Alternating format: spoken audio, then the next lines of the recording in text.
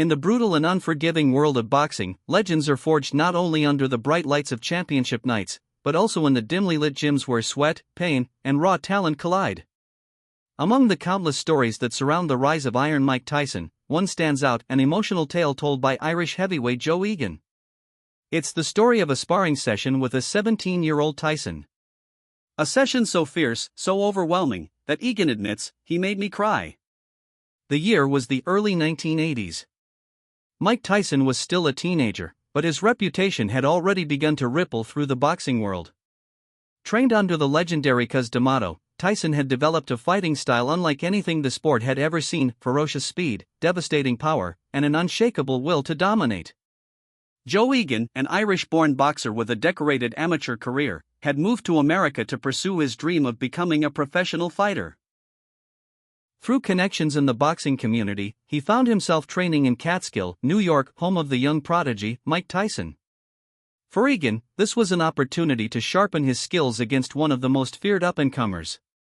But little did he know, the sparring session that awaited him would become one of the most humbling moments of his career. Joe Egan stepped into the ring with confidence. He was no rookie, he had fought tough opponents and trained hard. Facing a 17-year-old, even one as hyped as Tyson, didn't seem impossible. But from the very first bell, reality struck. Tyson charged with relentless aggression, moving with the precision of a seasoned veteran. His punches were like sledgehammers, each one thudding against Egan's guard and body.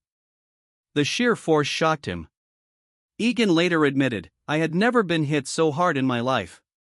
Every punch rattled me."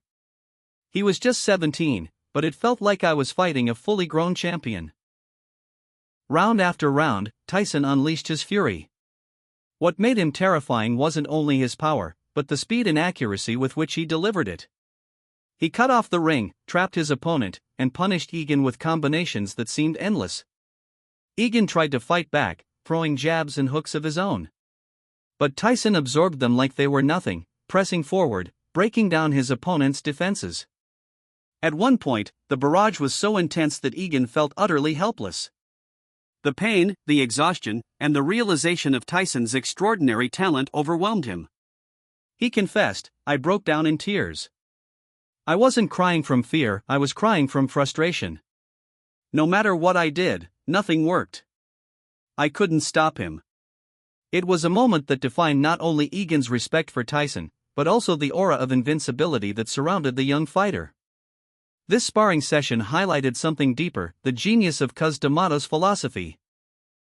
Cus believed in developing a fighter's mental strength as much as their physical abilities. Tyson was trained not just to throw punches.